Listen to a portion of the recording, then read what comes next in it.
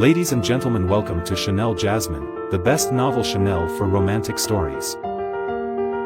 Hai guys, selamat datang di channel Jasmine, channel terbaik untuk menyimak novel-novel romantis.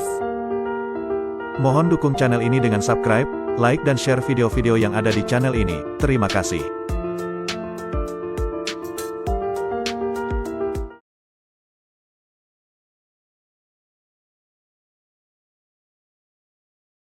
Kaisar Agung Seni Bela Diri Bab 1074. Dalam sekejap, setelah murid-murid dari Istana Haotian dan Istana Qingtian bergabung, mereka dengan cepat mengalihkan perhatian mereka kepada Luo Xiu, mengepungnya di tengah-tengah.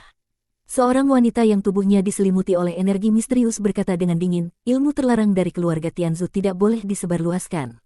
Apapun cara kamu memperoleh kekuatan Changtian, hari ini kamu harus memberikan penjelasan. Meskipun tidak ada kedamaian antara 12 istana di dalam keluarga Tianzu, mereka tetap terhubung satu sama lain. Bagaimanapun juga, urusan internal keluarga Tianzu adalah milik mereka sendiri, namun warisan mereka tidak boleh jatuh ke tangan orang luar. Benar, kami keluarga Tianzu menguasai 12 jenis teknik Changtian. Kamu seorang luar, bisa menguasai kekuatan Changtian, jika tidak memberikan penjelasan, tak peduli siapapun kamu dalam kehidupan sebelumnya, hari ini kamu akan mati di sini. Seorang murid dari Istana Laitian maju ke depan, di belakangnya terbang sebuah pedang besar yang memancarkan energi pemecah segalanya. Jika kamu ingin selamat, buanglah teknik Changtian yang kamu pelajari, menyerahlah, dan aku akan membawamu kembali ke Istana Tian. Di sana penguasa Istana Tian akan memeriksa dan memutuskan hidup atau matimu. Murid dari Istana Qingtian, yang merupakan pemimpin dari 12 istana, berbicara dengan nada datar. Begitu dia berbicara, seolah mewakili seluruh kehendak 12 istana. Seketika, semua jenius dari 12 istana melepaskan energi mereka. Di udara, 12 kekuatan Changtian tampak saling beresonansi, memberi tekanan besar kepada Luo Xiu. 12 Changtian, tampaknya semuanya berasal dari sumber yang sama.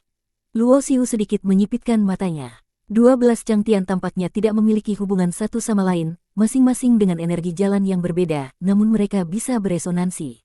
Ini membuka sebuah pertanyaan besar dalam pikiran Luo Xiu. Jika 12 Changtian benar-benar berasal dari satu sumber, apa sebenarnya sumber itu?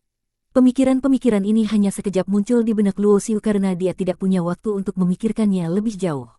Saat ini, 12 istana sudah menatapnya dengan tajam, dan dia harus terlebih dahulu menghadapinya dengan tenang. Jadi kamu ingin aku membuang kemampuan dan menyerah begitu saja? Kamu gila. Luo Xiu memandang jenius-jenius dari 12 istana satu persatu, berbicara dengan suara datar tanpa ada rasa takut. Jadi, kamu memilih untuk mati. Wanita yang dikelilingi oleh energi misterius itu berkata dengan dingin, tatapannya penuh dengan niat membunuh. Energi yang mengelilinginya adalah kekuatan Xuantian, yang sangat unik dan misterius. Saudari, aku rasa kamu benar-benar sakit, Luo Xiu tersenyum dengan tenang. Berani berlagak sombong meskipun sudah diambang kematian. Murid dari Istana Qingtian berkata dengan tatapan tajam, sementara para jenius lainnya juga mulai melepaskan niat membunuh mereka. Apakah keluarga Tianzu begitu hebat? Begitu banyak orang menyerang satu orang, sungguh mempermalukan nama keluarga Tianzu. Tiba-tiba, suara kasar terdengar. Murid dari Istana Laitian yang memegang pedang besar itu mendengus dingin dan menatap dengan tajam ke arah sumber suara, siapa yang berani menghina keluarga Tianzu. Di belakangnya, pedang besar yang menyala dengan energi memancar, dan tubuhnya diselimuti oleh kekuatan Xiantian. Rasanya tidak ada yang bisa menghalanginya, karena di hadapan pedangnya, segala sesuatu akan terbelah menjadi serpihan. Itu yang ngomong adalah keturunan dari keluarga Hong, ada masalah. Seorang sosok besar berjalan keluar, ternyata itu adalah Hong Wu dari keluarga Hong, yang berasal dari dunia Hong. Dia melangkah dengan tegas ke arah Luo Xiu, tak takut sedikit pun menatap para murid dari 12 istana. Aku sudah lama tidak suka melihat sikap sombong kalian, keluarga Tianzu. Zaman Changtian sudah berakhir, hanya mewarisi beberapa warisan dari leluhur, dan kalian benar-benar mengira kalian tak terkalahkan.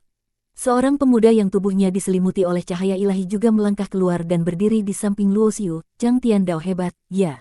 Aku juga ingin melihat kekuatannya dibandingkan dengan jalanku yang tak ternoda. Luo Xiu dan aku adalah teman dekat, tentu saja aku tidak bisa diam saja. Pemuda dari kota Dahuang, Huang Wuji, tidak ragu untuk berdiri bersama Luo Xiu, bahkan tidak menghindar sedikit pun. Yun Yitian tampak sedikit ragu, karena dia berasal dari kota Yunlong, yang tidak mungkin berani menentang kekuatan 12 istana. Aku akan bersamamu, Tuan.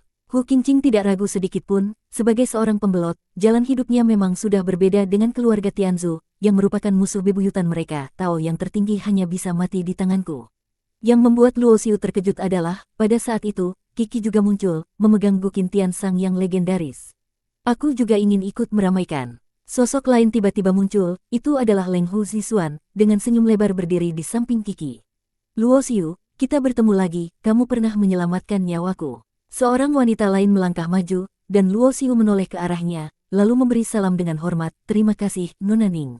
Wanita itu adalah Ning Hanling, yang dulu pernah bersama Yan Shiruo di dunia 3000. Luo Xiu sudah tahu dia berasal dari salah satu kekuatan besar di dunia suci. Setelah bertahun-tahun, Ning Hanling kini telah mencapai puncak Dewa Iblis tingkat 8. Dengan lebih banyak jenius yang berdiri di samping Luo Xiu, ekspresi para murid dari 12 istana mulai berubah. Keluarga Tianzu yang selama ini mendominasi langit tak tertandingi, tapi sekarang banyak orang yang berdiri bersama Luo Xiu, dan setiap orang memiliki kekuatan luar biasa, tidak kalah dari para murid istana tersebut. Dengan sebuah desahan ringan, seorang wanita dengan aura anggun muncul, membawa sebuah sarung pedang di punggungnya, wajahnya tampak dingin, matanya bersinar seperti bintang. Luo Xiu melihat punggungnya dan seketika terdiam, karena perasaan yang sangat familiar namun juga asing muncul di dalam hatinya, membuatnya penuh dengan kebingungan. Wanita itu adalah Bai Fei Qing, yang sebelumnya pernah berlatih bersama Luo Xiu di Gunung Sembilan Hantu dan Neraka Api Hitam. Luo Xiu tidak menyangka ada orang seperti dia yang akan datang membantunya, meskipun sepanjang perjalanannya dari dunia Samudera Bintang ia telah menghadapi banyak musuh kuat, tanpa disadari ia juga telah mengumpulkan banyak teman yang bisa dipercaya. Murid dari Istana Qingtian menatapnya dengan dingin, mengatakan bahwa meskipun mereka bisa dengan mudah mengalahkan Luo Xiu jika hanya dia sendiri, namun dengan banyaknya lawan yang ada, meskipun menang, mereka akan menderita kerugian besar, yang tidak sebanding. Setelah berkomunikasi dengan sesama murid dari istana, mereka akhirnya memutuskan untuk mundur, karena dengan begitu banyak orang di sini, jika pertempuran terjadi, hanya akan menguntungkan pihak lain. Luo Xiu tidak berbicara, karena meskipun dia tidak peduli, dia harus mempertimbangkan keselamatan teman-temannya, tidak ingin mereka terluka atau bahkan tewas karena dirinya. Ketegangan pun mereda dan perhatian mereka kembali tertuju pada sebuah pintu batu di depan mereka. Pintu itu terletak di lantai kedua Menara Huang, dan tidak ada yang tahu apa yang ada di baliknya. Mari kita buka bersama-sama, kata seorang murid dari Istana Qingtian, yang dikenal dengan nama Qingshan Daoren. Sebagai pewaris utama Istana Qingtian, dia memiliki kemampuan yang luar biasa, dan karena itu, banyak orang yang mengikutinya. Tidak ada yang berani membantah, karena semua orang ingin menjadi yang pertama memasuki pintu batu itu, dan membuka pintu bersama-sama adalah cara terbaik. Setelah serangkaian serangan bersama, pintu batu perlahan terbuka. Begitu celah yang cukup besar terbuka, semua orang menjadi sangat antusias dan tegang. Tiba-tiba, Qingshan Daoren dengan cepat melesat dan melewati celah itu, menjadi yang pertama masuk.